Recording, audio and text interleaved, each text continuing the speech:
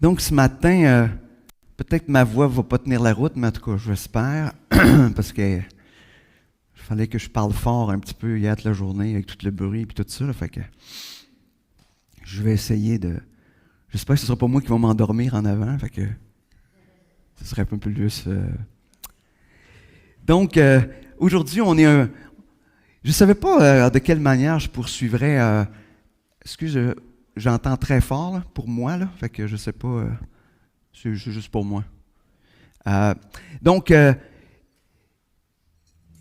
me demandais un petit peu comment je poursuivrais ma série sur comme le sable. Puis, sans le savoir, il y a des frères avec qui je jasais après l'église qui m'ont donné la suite, ou en tout cas, du moins, la phrase ou l'élément qui m'a emmené à... Puis vous allez voir, ça n'a rien à voir avec une discussion très, très spirituelle. Mais, finalement, des fois, le Seigneur se sert de ça. Ça, j'étais en train de jaser avec quelques frères après l'église dimanche dernier, puis on parlait de bateau, puis quand il faut faire attention, quand on peut attraper des bancs de sable en bateau, tu sais. Il faut faire attention, il faut surveiller, il ne faut pas aller trop vite, parce que si on frappe un banc de sable, ça va arrêter sec. Hein? Fait que, il y en a qui sourient en arrière parce qu'ils savent de qui était dans la conversation, hein, naturellement. Mais... puis là, c'est drôle, ça m'est resté dans ma tête, puis je me suis mis à dire, ouais, parce que je savais vraiment pas, plus ah oui, Seigneur, il y a quelque chose là-dedans, tu sais. Et il y en a que, je sais pas, si vous regardez des petites vidéos drôles des fois, mais tu sais, il y a plusieurs vidéos drôles de gars qui vont trop vite puis qui attrapent des bancs de sable, tu sais. Et c'est toujours intéressant de voir l'arrêt. Je sais pas si c'est toujours très sécuritaire, mais c'est toujours... Moi, ça me fait rire. J'avais le droit de pas rire, mais moi, ça me fait rire, ces genres de choses-là, tu sais. Mais ce qui était vraiment intéressant, c'est qu'un banc de sable, quand on attrape un banc de sable, c'est parce qu'en général, on n'a pas été trop attentif à ce qui se passait. Hein, parce qu'il y a des fois des indices sur la profondeur de l'eau, des indices même des fois qui sont visibles à la surface de l'eau, hein, parce que des places où c'est balisé, genre, il y a quelque chose là, hein, faites attention. Donc, souvent, quand on va frapper en bateau un banc de sable, c'est soit qu'on n'était pas vigilant ou soit qu'on allait trop vite dans une zone où on aurait peut-être dû aller un petit peu plus tranquillement. Et je me suis dit, ça se peut-tu des fois que dans notre vie spirituelle, il se passe un petit peu la même chose, qu'on arrive puis qu'on va frapper un banc de sable, puis que tout va s'arrêter là, on dirait, pour un temps du moins. Puis des fois, ça dépend à la vitesse qu'on rentre dedans, parce que des fois, on a l'impression qu'on s'est enlisé solide. Puis qu'on est toujours pris là, puis qu'on est coincé. Alors, je me suis dit, pourquoi qu'on ne regarderait pas? Est-ce que dans notre vie, on a frappé des bancs de sable des fois dans notre vie? Puis peut-être que vous êtes échoué ce matin sur un banc de sable. Et c'était spécial parce que cette semaine, pendant que j'étais en train de préparer ce message-là, je vous dirais, j'ai frappé un banc de sable.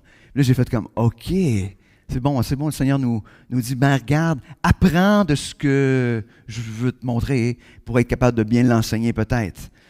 Donc, ce matin, c'est ça, on va s'arrêter particulièrement à ce que c'est un banc de sable. Mais au départ, frapper un banc de sable, c'est lorsque l'évangile auquel on croit, je ne dis pas l'évangile, mais que l'évangile auquel on croit, elle ne semble pas être suffisante, suffisant, pour faire face à ce qui nous arrive. Puis, à ce moment-là, il n'y a pas beaucoup d'alternatives. Hein. C'est soit qu'on continue dans ce mensonge-là, puis on continue à s'enliser, ce mensonge-là, ou dans cet évangile partiel, parce que des fois, c'est une partie de la vérité de l'évangile, mais il manque quelque chose.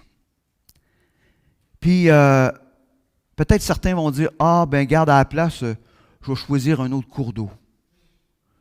Mais sans vraiment s'arrêter à réaliser que peut-être l'évangile dans lequel ils croient n'est pas suffisante, ou il y a des aspects que je ne crois pas, ou que je devrais croire face à l'Évangile, puis je ne crois pas. Et il faut s'arrêter au fait que Jésus est toujours suffisant. Et ça, on a de la misère. On se le dit, on se le répète, mais c'est drôle, hein, dans notre quotidien, comment Jésus n'est pas suffisant, ou comment l'Évangile n'est pas suffisant. Et là, on se met toujours à regarder à gauche, à droite. Et finalement, inévitablement, on frappe un banc de sable. Donc, on va regarder ensemble ce matin comment découvrir, ou plutôt comment éviter peut-être et comment s'en sortir face au banc de sable. Mais juste prier ce matin aussi. On n'a jamais assez de prières, je crois, de toute manière. Seigneur, ce matin, je vais déposer ça devant toi. Seigneur, que tu puisses parler à nos cœurs, à chacun d'entre nous. Y a-t-il des choses dans nos vies qui nous emmènent à ne pas être attentifs à ta voix, à ta parole? Est-ce qu'il y a des aspects dans nos vies où on a l'impression que ton évangile n'est pas suffisant et on se retrouve échoué en quelque part sur un banc de sable, Seigneur? Seigneur, ce matin, viens parler à nos cœurs. Viens nous fortifier, nous édifier, nous encourager, Seigneur, afin qu'on puisse marcher comme tu veux qu'on le fasse, Seigneur, pour ta gloire. Amen. Donc, comme je disais tantôt, c'est quoi la première erreur de ceux qui s'échouent sur un banc de sable? Un, c'est de ne pas être attentif. Puis, deuxième chose, souvent, c'est la vitesse. Et on va regarder, il y a un texte que je voyais cette semaine qui soulève cet aspect-là. C'est un verset même que j'ai partagé dans les versets que je partage le plus souvent possible sur Facebook. Ça nous dit dans 1 Thessaloniciens 5 au verset 6, « Ne dormons pas, donc, comme les autres, mais veillons et soyons sobres. » Se pourrait-il que parfois nous sommes en train de dormir?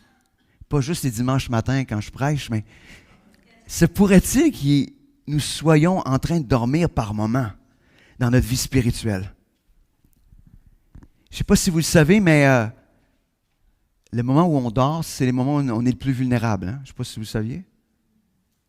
Dormez en forêt, vous allez voir que c'est le moment, ça ne veut pas dire que vous arrivez de quoi, mais c'est le moment où, en principe, vous êtes le plus vulnérable. Et, mais c'est quoi dormir spirituellement? C'est chaque fois qu'on ne s'expose pas à la lumière de l'Évangile dans notre vie, qu'on filtre absolument rien. Tout passe, tout est là, tout semble correct. Je réalise souvent aujourd'hui, notre critère face à la vérité ou face même au péché, c'est si ce n'est pas trop comme le monde, c'est pas pire. Si ça ne fait pas trop de mal, c'est pas pire.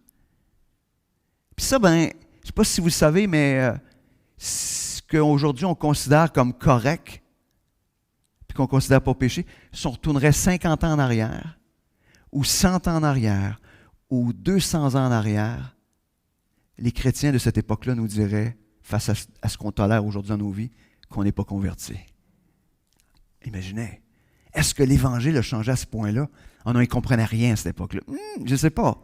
Je ne sais pas si c'est eux autres qui ne comprennent rien ou c'est nous aujourd'hui qui dormons, qui ne veillons pas. Est-ce que l'Évangile est au premier plan dans nos vies? Et Paul donne donc par ce passage-là 2 solutions. La première, c'est veillons. Il dit veillons. Veiller, ça implique qu'on garde les yeux ouverts, qu'on est attentif à ce qui se passe. C'est chaque fois qu'on est là puis qu'on regarde les choses puis qu'on dit est-ce que ça correspond à la réalité de l'Évangile? Je sais, on se dit tout, c'est ben trop long se questionner. C'est ben trop compliqué se questionner. Savez-vous pourquoi c'est compliqué? C'est parce que l'Évangile, plus qu'on en est imprégné, plus c'est simple. C'est compliqué parce que s'il faut qu'à chaque fois j'aille vérifier dans la parole de Dieu si ça correspond ou pas, c'est sûr que c'est long. C'est sûr que c'est un défi. Mais en même temps, ça vient avec le temps. Je ne suis pas en train de dire, vous devriez tout connaître ce qui est dans la parole de Dieu. Mais ce que je suis en train de dire, c'est plus qu'on s'imprègne, plus c'est facile. Plus c'est facile de vérifier puis valider ce qui se passe. Donc, ça nous oblige à être continuellement en train de se remplir de l'Évangile. Puis pas ce que je crois à propos de l'Évangile. Parce que des fois, on croit des choses à propos de l'Évangile. Mais est-ce que c'est ce que l'Évangile dit? Et c'est ça le défi. Pour ça, il faut continuellement s'exposer. Puis ça, c'est bon pour tout le monde, hein? Peu importe notre maturité dans la foi. Il n'y a pas un moment donné où on arrive à un point où on se dit « j'ai plus besoin de vérifier ». Veillons. Veillons. C'est ce que le texte nous dit. Et deuxième élément qu'il nous dit, c'est « soyons sobres ». Hein, la sobriété, quand il l'utilise là-dedans, parce que il parle en partie de l'alcool, oui, mais c'est plus l'effet de l'alcool. Hein, quand il y a une consommation d'alcool, il y a un moment donné que... qu'est-ce qui se passe? Tout est beau, plus rien de grave, tout est super. Ça va bien, je cool, tout est relax. Ça dépend, il y en a qui aiment tout le monde, mais pas toutes. Il y en a que c'est pas ça dépend comment on est. Il y en a qui ont le vin plus triste que d'autres, qu'on dit, hein? Mais on n'est pas tous pareils. Mais ce que ça fait, c'est qu'à ce moment-là, on est plus capable d'être vigilant, mais notre capacité de voir les choses, elle est altérée. Puis, j'aurais presque le goût de dire, c'est qu'est-ce qui nous excite plus que l'Évangile? De quoi vous enivrez-vous? Est-ce que vous vous enivrez de l'Évangile? C'est ça, c'est pas un problème. Ça, c'est soyez pas sobre, mais pas pantoute face à l'Évangile. Hein? Mais de quoi vous enivrez-vous à la place de l'Évangile? Qui vous emmène à voir l'Évangile comme secondaire. Qui vous emmène à plus désirer autant l'Évangile.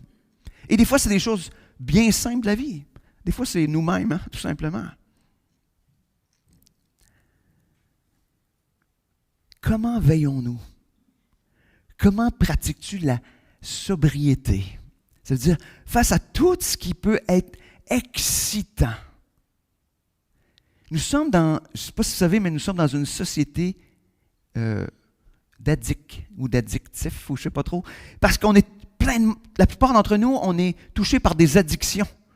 Plein de choses nous drivent, nous excitent, ils deviennent compensés, puis qu'on pense que ça va nous donner de la joie, que ça va nous faire sentir bien, à part l'Évangile.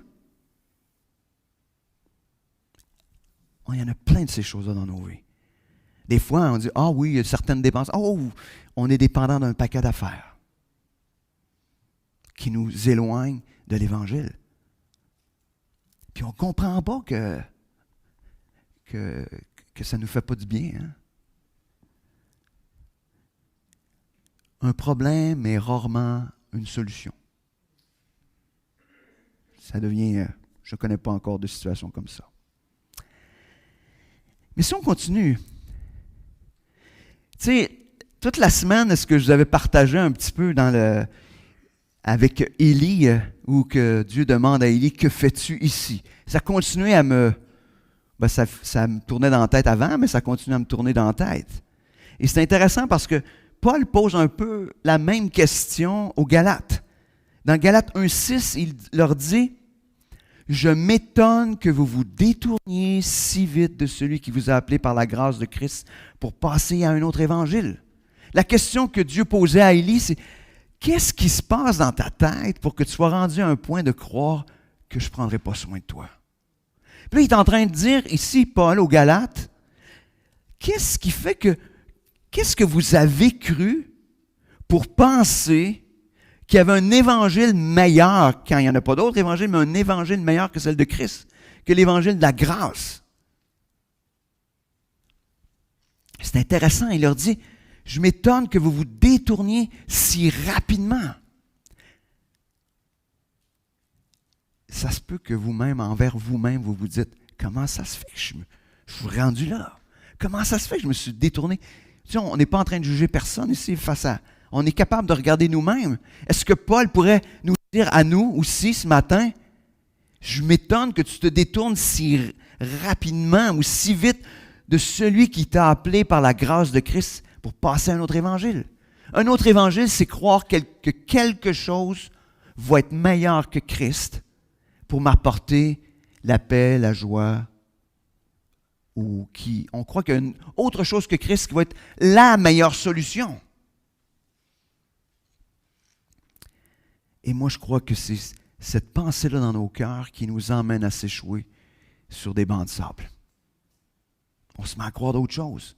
Puis tout à coup, on n'est plus vigilant. On ne regarde plus rien.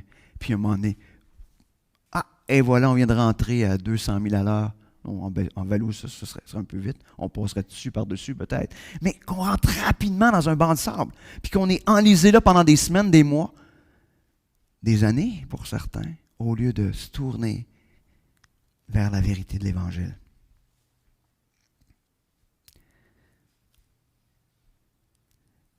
Souvent, nous nous étonnons d'être arrêtés. Et même des fois, on va accuser Dieu d'être responsable de notre enlisement dans le banc de sable.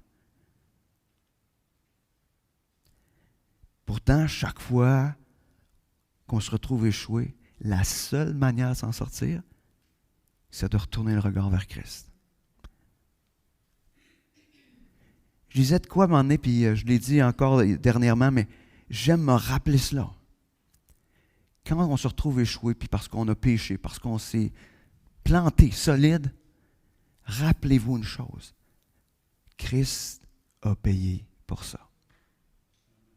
Christ a payé pour ça.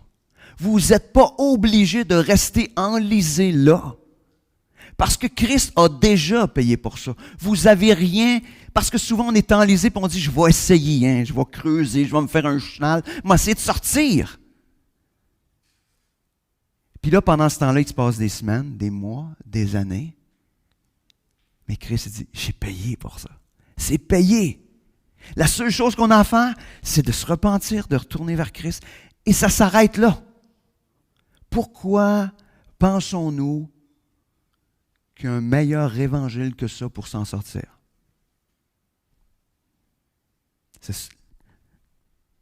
Pourquoi? Puis là, je n'accuse personne, je fais la même affaire. Quand je me suis retrouvé dans mon banc de sable, j'ai fait la même affaire que les autres. On a besoin de se rappeler que Christ a payé pour toutes ces choses-là.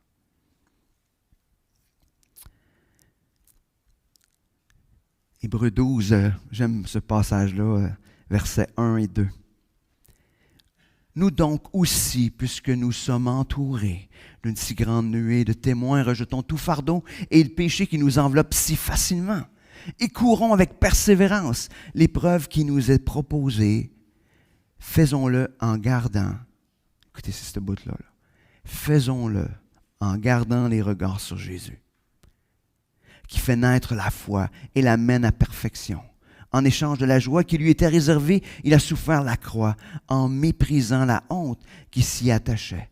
Et il s'est assis à la droite du trône de Dieu. Gardons le regard sur Christ face à toutes les épreuves de la vie.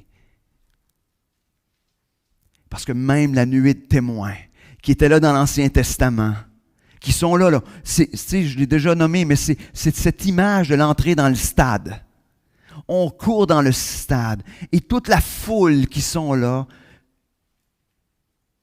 il nous parle parce que ce texte-là fait vraiment référence à ceux de l'Ancien Testament, mais on pourrait peut-être même ajouter des gens qui sont morts dans la foi il n'y a peut-être pas si longtemps d'années. Ils sont là qui disent « Hey! Christ a payé pour ça. Garde les yeux fixés sur lui. Tu vois cette épreuve, c'est difficile. Oui, mais garde les yeux fixés sur Christ. Cours. Cours. Ne te laisse pas arrêter. Ne te laisse pas enliser. Ne reste pas coincé sur ce banc de sable-là. Christ a payé pour cela.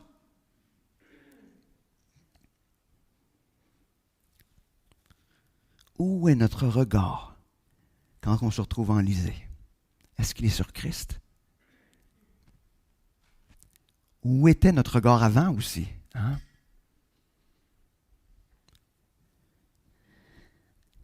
On va regarder un plan de match pour s'en sortir, si vous êtes enlisé ce matin.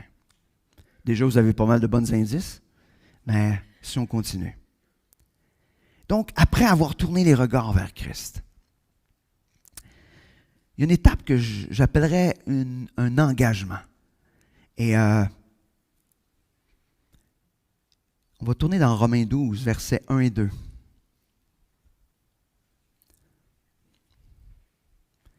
Il y a souvent des chapitres 12, je trouve, dans le Nouveau Testament qui sont intéressants. Ouais. Donc, Romains 12, versets 1 et 2, ça nous dit « Je vous encourage donc, frères et sœurs, par les compassions de Dieu, à offrir votre corps comme un sacrifice vivant, saint, agréable à Dieu. Ce sera de votre part un culte raisonnable. » Excusez. Ne vous conformez pas au monde actuel, mais soyez transformés par le renouvellement de l'intelligence, afin de discerner quelle est la volonté de Dieu, ce qui est bon, agréable et parfait. Je n'irai pas ce matin dans tous les détails de ce passage-là, mais ce passage-là nous appelle à prendre un engagement. Tu tournes les regards vers Dieu, mais il nous appelle par la suite à prendre cet engagement-là. Il dit à s'offrir pleinement à lui. Pourquoi? Parce qu'il n'y a rien d'autre à faire que ça. Quand nous sommes touchés par la vérité de l'Évangile, il n'y a pas d'autre option, il n'y a pas d'autre solution que de s'engager envers lui et de dire « Seigneur, je te donne tout ce que je suis. Je te donne tout ce que je suis. » Il n'y a pas de meilleur choix que ça. On fait d'autres choix. Mais à chaque fois, on est là et on se dit « Voyons, comment ça fait que ça ne marche pas et que ça n'avance pas? » Il n'y a pas d'autre choix. Offrez-vous complètement à Christ parce qu'il est toujours la solution. Parce que ça nous dit qu'il est un Dieu plein de compassion. Hein, au début, ça dit « Offrir votre corps comme un sacrifice vivant, saint, agréable à Dieu sera... » Donc avant, il dit, par les compassions de Dieu. Donc c'est parce qu'il est un Dieu de compassion, offrez-vous à lui. Y a-t-il quelqu'un qui a besoin de compassion aujourd'hui? Ou y a-t-il quelqu'un qui n'en a pas besoin? Y en a-t-il qui n'en a pas besoin? Je veux savoir. Non, on a tous de besoin. On a tous besoin de compassion. On a tous besoin de compassion. Puis il y en a qui en ont besoin de plus que d'autres. Puis quand on pense qu'on n'en a pas besoin, c'est parce qu'on a encore plus de besoin. Donc, un Dieu de compassion, c'est pour ça qu'on a à s'offrir pleinement. Et c'est un engagement qui devient actif. Parce que si nous lui donnons tout ce que nous sommes, et qu'il est le maître de notre vie, il dit, rejetons, soyez transformés, mais il dit, s'il est maître de notre vie, rejetons les autres maîtres que le monde nous offre, que nous présente. Ceux qui disent que tu peux être heureux sans Dieu. Ah, vous pensez, hein? Vous pensez qu'on... Tu sais, je dis ça, dit de même, ça a l'air gros, hein? Mais chaque fois qu'on choisit autre chose que Christ, on est en train de choisir un Dieu qui te dit, tu peux être heureux sans Dieu. Chaque fois que nous sommes là à penser que quelqu'un ou quelque chose peut nous rendre heureux, peut régler, peut être la solution pour notre vie, nous sommes en train de dire, je peux être heureux sans Dieu. Je peux être heureux sans Dieu. Imaginez. On ne dit jamais ça, hein? Et non, on est des chrétiens. Mais est-ce que nos vies disent d'autres choses, par exemple? Moi le premier. Puis c'est intéressant, il y a un aspect aussi passif. Il y a un aspect de rejeter les autres dieux, mais il y a un aspect qui est passif parce qu'il dit de se laisser transformer par l'évangile de la vérité. Se laisser transformer. Imaginez, moi, ça me fait toujours penser, tu sais, quelqu'un qui se fait opérer, mettons, là, tu sais, puis lui dit non. Tu sais, il veut intervenir continuellement, tu sais. Non, touche pas. Enfin, la job ne sera pas bien faite, hein. Puis ça se peut que le médecin dise, regarde, moi, je ne te touche pas, là. Mais se laisser transformer, c'est dire, Seigneur, tu es la vérité, puis je ne peux pas être heureux sans toi. Alors, Seigneur, viens me transformer. Je te laisse carte blanche pour me transformer. Ça nous tente moins, ça, hein? Non, on est capable. Ben, je ne sais pas si vous savez, mais le problème de notre société, c'est l'humain. Hein? Les hommes, les femmes, c'est ça le problème de la société. Et nous croyons que les hommes et les femmes peuvent être aussi la solution. Et c'est ce que les gens qui ne connaissent pas Christ croient. Mais pourquoi nous, comme enfants de Dieu, on se met à croire ça? Il y a juste Christ qui peut transformer. Ou l'œuvre de Christ en même temps dans la vie des hommes et des femmes qui peut emmener des transformations. Mais si Christ n'est pas dans l'équation, en premier dans l'équation, c'est inutile. Et donc, un petit peu dans le sud de ça, donc, nos pensées vont être transformées, notre intelligence va être renouvelée seulement si on les expose à l'Évangile. On retrouve dans Philippiens 4, versets 8 et 9. Ce matin, je reprends un paquet de versets que j'ai peut-être même prêché dans ma route 66, mais je peux juste les mettre ensemble tout d'un coup.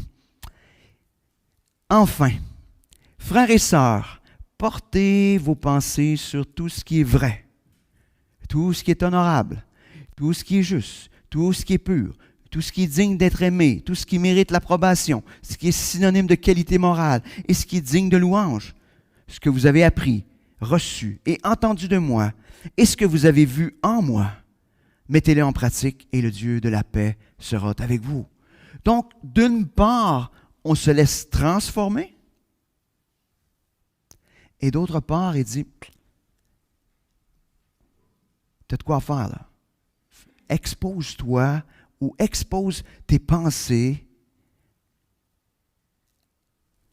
à ce qui a de la valeur. Et je ne sais pas si vous savez, mais dans tout ce qu'il décrit, il est juste en train d'écrire Christ. Hein, ou la vérité de l'Évangile. Qu'est-ce qui est vrai? Il n'y a personne ne sait qui est la vérité. Hein? Il y a une vérité, c'est Christ. Tout ce qui est honorable.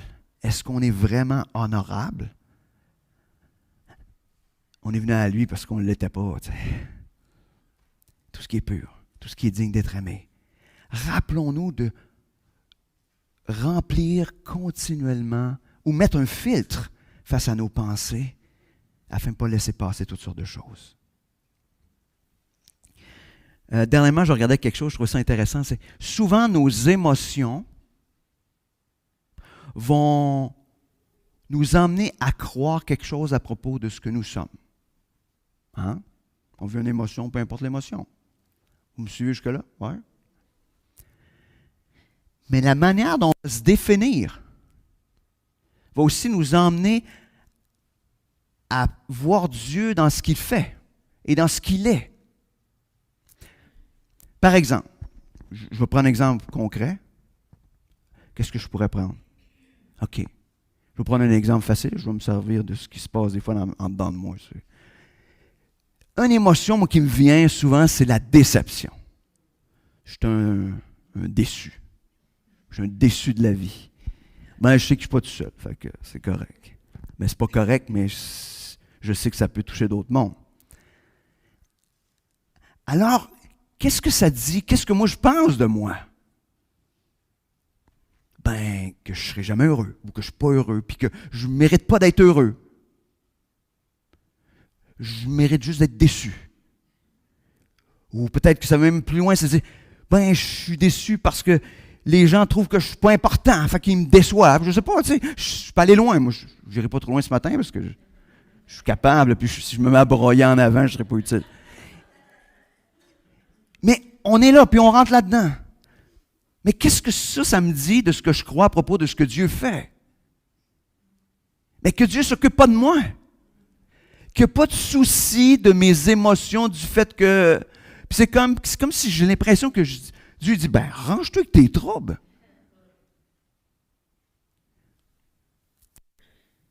Puis après ça, ben, qu'est-ce que ça me fait croire à propos de ce que Dieu est? Ben, c'est un Dieu qui est distant. Un Dieu qui ne m'aime pas. Est-ce que ce que je viens de vous dire, c'est tout vrai? C'est la pure mensonge, ce que je viens de vous dire. Il n'y a rien de vrai là-dedans. Dieu, qu'est-ce que Dieu est? Dieu aime, Dieu m'aime. Puis je le vois dans ses actions qu'il fait dans ma vie, mais je le vois premièrement à cause du salut, mais je le vois dans toutes les actions. Et ça, qu'est-ce que ça fait? Ben, ça devrait définir qui je suis. Je suis aimé. et j'ai de la valeur aux yeux de Dieu. C'est ce que je suis. C'est ce que je suis. Est-ce que ça change mon émotion? Ben, je sais que je suis aimé, puis je sais qu'il s'occupe de moi puis qu'il m'aime. Ben, les autres, même s'ils feraient, peu importe ce qu'ils vont faire, je ne serai pas déçu. Parce que ce qui est le plus important, c'est que je suis aimé. Je suis aimé de Dieu, puis je sais que j'ai de la valeur. Et ça vient tout transformer. Et c'est ça l'Évangile. C'est ça l'Évangile. Mais pour pouvoir faire le switch, il faut qu'à un moment donné, j'arrive à me dire, ce que je crois à propos de Dieu, c'est un mensonge. Et je dois me repentir devant Dieu. Parce que ce n'est pas la vérité. Et c'est à ce moment-là qu'il se produit quelque chose et qu'on est transformé et qu'on se met à être transformé par cet évangile-là. Notre intelligence est renouvelée quand on se met à croire à la vérité puis on accepte de se repentir.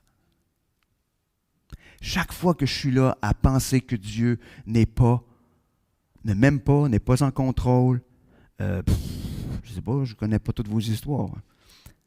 Mais à chaque fois que je pense quelque chose, puis que je prends l'Évangile, puis que j'expose ce que je pense à l'Évangile, puis ça fait comme, non. Je veux juste vous dire quelque chose. Ce n'est pas ce qui est écrit ici qui n'est pas vrai, c'est ce que vous croyez. Des fois, on pense que ce qu'on pense, c'est ce qui est vrai. Non. Ce qui est vrai, c'est ce qui est écrit, ça. Si la parole de Dieu le dit, c'est ce qui est vrai.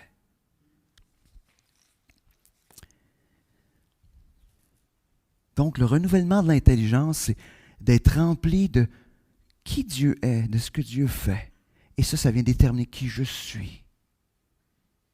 Et ça va transformer ma façon d'être, ma façon de poser des gestes. Ça va tout transformer.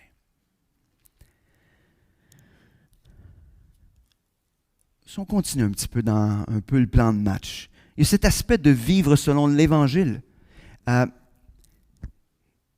Cet engagement envers Dieu dans notre vie devrait produire en même temps cette décision de marcher, non pas par nos propres forces, mais par l'Esprit de Dieu qui agit puissamment en nous. On va lire un long passage, mais on n'ira pas dans tous les détails. C'est un texte qu'on connaît bien, qui est dans Galates 5, versets 16 à 25. Voici donc ce que je dis. Marchez par l'Esprit et vous n'accomplirez pas les désirs de votre nature propre. En effet, la nature humaine a des désirs contraires à ceux de l'Esprit, et l'Esprit a des désirs contraires à ceux de la nature humaine. Ils sont opposés entre eux, de sorte que vous ne pouvez pas faire ce que vous voudriez.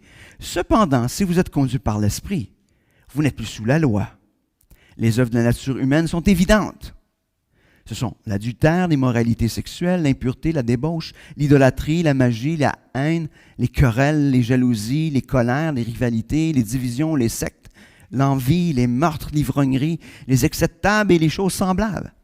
Je vous préviens, comme je l'ai déjà fait, ceux qui ont tel comportement n'hériteront pas du royaume de Dieu. Mais le fruit de l'Esprit, c'est l'amour, la joie, la paix, la patience, la bonté, la bienveillance, la foi, la douceur, la maîtrise de soi. Contre de telles attitudes, il n'y a pas de loi. Ceux qui appartiennent à Jésus-Christ ont crucifié leur propre nature avec ses passions et ses désirs. Si nous vivons par l'Esprit, laissons-nous aussi conduire par l'Esprit. Les fruits dans votre vie démontrent ce qui vous anime. Point.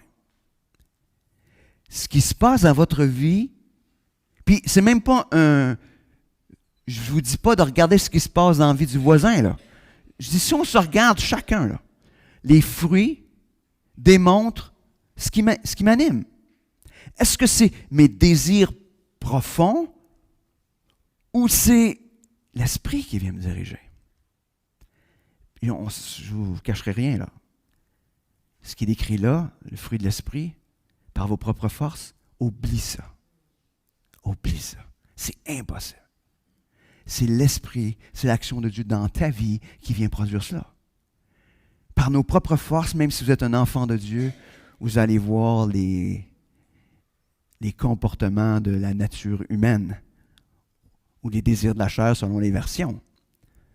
Mais c'est ce que vous allez voir. La seule chose qui crée la différence, c'est que nous avons l'Esprit en nous et Et quand il agit en nous, il vient transformer ces choses-là.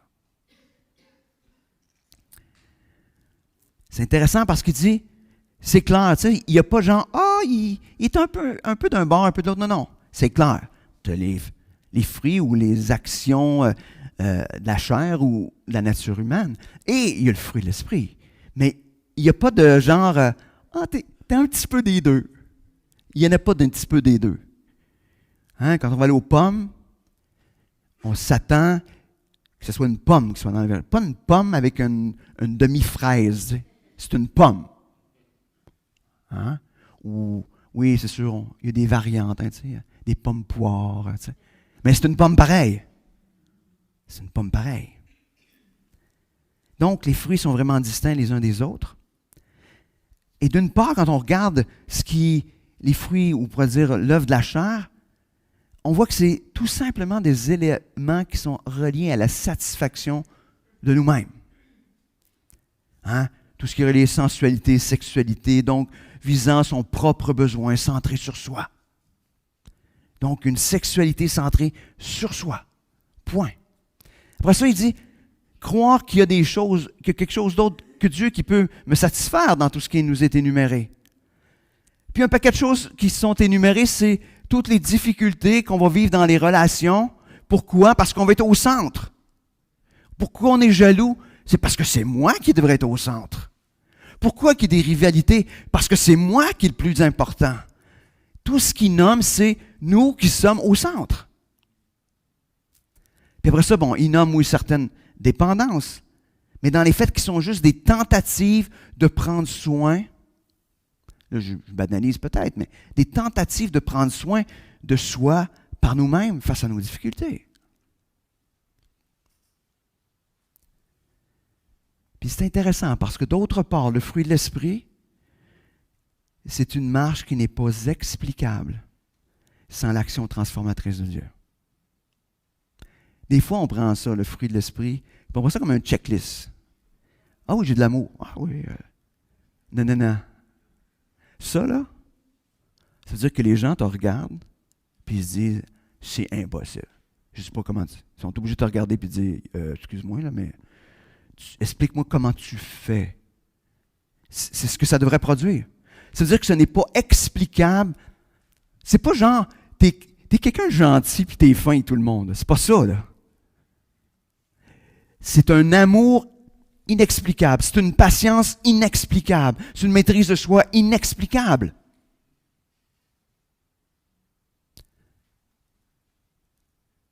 Ne nous contentons pas de quelque chose de soft. Le fruit de l'esprit, c'est dans le top, là. Ça, là, il n'y a pas de gradation, là. Mais ça veut dire que j'ai besoin que ce soit Dieu qui vienne produire en moi. Et c'est pour ça qu'il appelle ça le fruit de l'esprit. Hein. C'est l'action de l'esprit dans ma vie, parce que je le laisse agir, je le laisse me transformer, qui me rend de plus en plus semblable à Christ, parce que le fruit de l'esprit, c'est l'image de Christ. Que je suis de plus en plus semblable à Christ et je le laisse faire.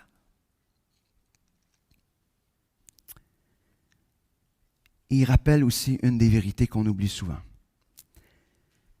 Paul, il dit, ceux qui sont en Christ ont crucifié leur propre nature.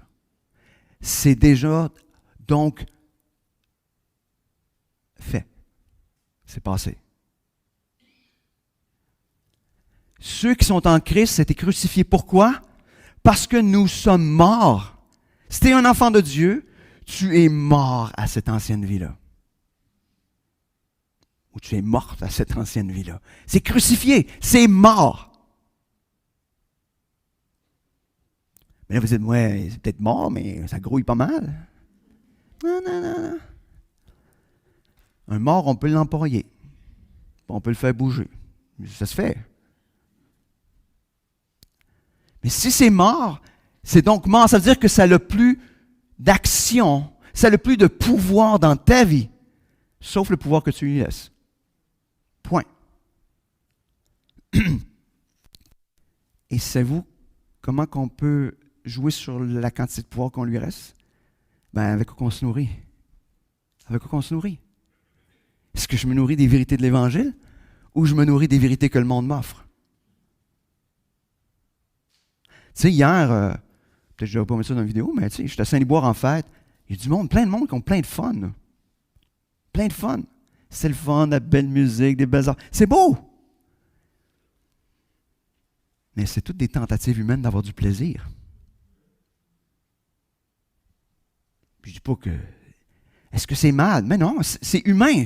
C'est humain, ils ont du plaisir. Mais nous, est-ce que notre plaisir est au même endroit? Il ne devrait pas. Est-ce qu'il est au même endroit? Ah, il y a de la bonne musique, wow! Hein?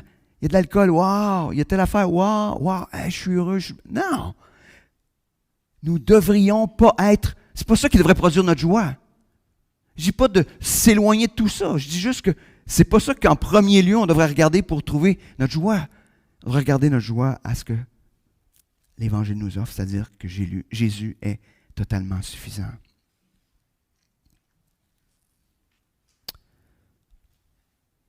Je sais que quand je dis on n'est plus dans l'obligation de suivre les désirs de notre nature, certains vont dire c'est simpliste, ça, Sylvain. Ben oui, je sais. C'est simple. Ce n'est pas simpliste, mais c'est simple. Mais c'est compliqué, mais c'est simple. C'est compliqué, pourquoi? Parce que cette lutte entre les désirs de la chair qui sont là, il y a cette espèce de tiraillement-là. Et c'est pour ça, mais la solution, elle est simple. C'est d'aller à Christ, d'aller à Christ, d'aller à Christ, toujours. Se rappelant que Christ est mort pour tout ce que nous avons besoin.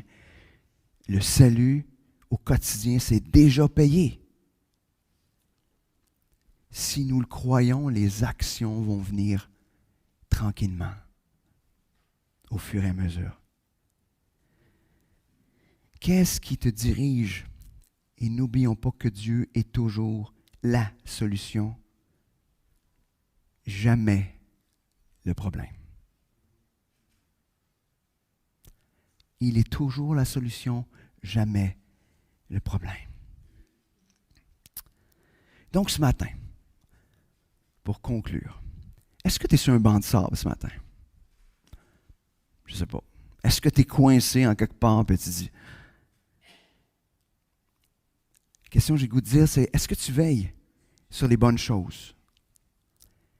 Est-ce que tu es sobre? Est-ce que tu gardes les regards sur Jésus? Peut-être que ce matin, tu as besoin de te rappeler cet évangile que Jésus est suffisant. Puis tu as peut-être besoin de te rappeler qu'il a payé pour tout ça. Tu n'es pas obligé, tu n'es pas ce matin en train de traîner. Tu sais, des fois, je peux discuter avec des gens et je réalise que les gens sont venus à Christ il y a 10, 15, 20, 30 ans, puis ils continuent à traîner tout le poids de ce qu'ils ont fait, de ce qu'ils font. C'est comme jamais réglé. Puis Jésus est là, puis il leur dit, j'ai payé pour ça, c'est payé, c'est payé, arrête, c'est payé. Pourquoi tu traînes tout ça? C'est payé. On a besoin de s'engager envers Dieu, de dire, Seigneur, je t'offre mon corps, de se laisser transformer par l'Évangile, de s'exposer à l'Évangile, de marcher aussi selon l'Évangile. Et de marcher, je dirais, selon qui vous êtes réellement en Christ, selon votre identité. Donc ce matin, la question que j'ai le goût de vous poser, c'est, vas-tu rester sur le banc de sable? Ou tu vas laisser Dieu te remettre? Est-ce qu'il va y avoir d'autres bancs de sable dans ta vie? Et que oui. Il va en avoir. Mais plus on va se laisser conduire par Dieu, plus qu'on va se laisser imprégner par la vérité de l'Évangile, plus on va les voir, ces bancs de sable, plus on va se détourner de ces bancs de sable.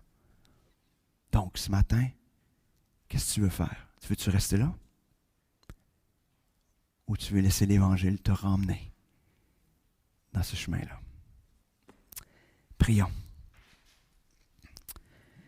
Merci Seigneur ce matin de nous rappeler que nous n'avons pas à rester échoués sur ce banc de sable, Seigneur. Seigneur, te payer pour tout ça. Seigneur, viens imprégner cette vérité dans nos cœurs ce matin. Viens nous rappeler que tu es la solution. que tu es cette vérité qui est toujours la meilleure des bonnes nouvelles. Ah oui, Seigneur, je vais te prier pour des frères, des sœurs qui sont peut-être enlisés ce matin. Seigneur, viens parler à leur cœur ce matin. Viens leur dire qu'ils n'ont pas besoin d'être là parce que tu as payé pour tout ça. Et que, Seigneur, tu veux les transformer, les rendre de plus en plus semblables à toi. Je sais que ce matin, que tu veux peut-être dire à certains qu'il n'y a personne qui est une cause perdue parce que c'est Christ qui a payé. Et de toute manière, nous étions tous des causes perdues. Et ça, on a besoin de se le rappeler. Ah oui, Seigneur, ce matin, viens imprégner cette vérité dans nos cœurs, dans nos vies. Qu'on a besoin de se laisser diriger par toi, marcher selon ton esprit et non selon les désirs profonds de notre cœur. Merci, Seigneur. Amen.